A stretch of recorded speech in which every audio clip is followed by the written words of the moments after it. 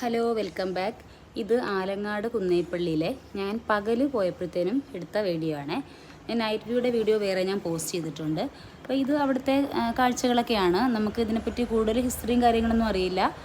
ഞങ്ങൾ എല്ലാ വർഷവും പെരുന്നാൾ വരുമ്പം പോകും, മെഴുകുതിരി കത്തിക്കും. ഇതൊക്കെയാണ് അവിടുത്തെ മെയിൻ. ഇത് എല്ലാ പള്ളികളിലും ഉള്ള പോലെ തന്നെ. പിന്നെ പ്രത്യേകിച്ച് വേറെ വഴിപാടൊക്കെ ഉണ്ട് കേട്ടോ. അതൊക്കെ രാത്രിയാണ്. ഞാനിപ്പോൾ പകൽ ഷോപ്പിങ്ങിന് വേണ്ടിയിട്ട് മാത്രം പോയതാണ്.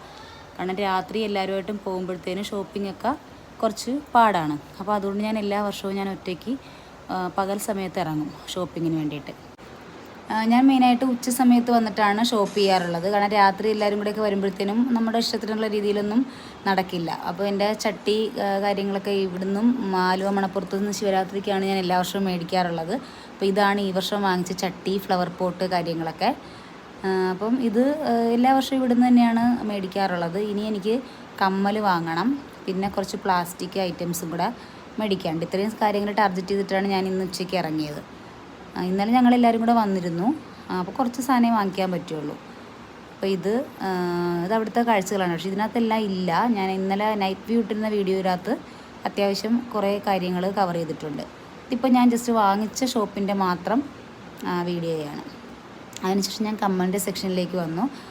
കമ്മൽ രാജസ്ഥാനി മോഡൽ വലിയ ടൈപ്പ് ഹാങ്ങിങ് ആയിരുന്നു. ഞാനൊരു 4 ജോഡി കമ്മലെടുത്തു.